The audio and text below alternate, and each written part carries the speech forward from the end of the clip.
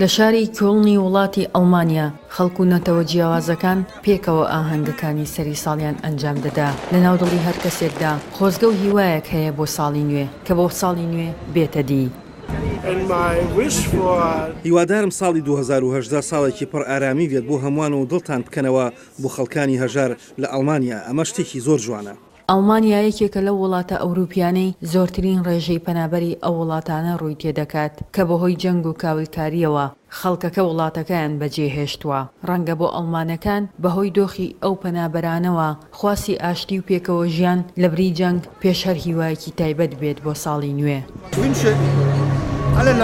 بۆ هەموو کەس خۆشەویستیم دەوێ من بۆ ساڵی نوێی 2018 خۆشەویستی و دڵخۆشی و پێکەوەبوونی جیهان دەخوازم.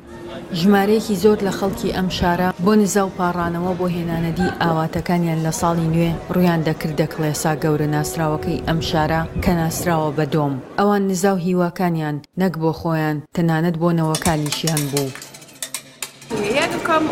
هاتوین بۆ ئێرە تا لەسەری ساڵدا پێکەوە بین.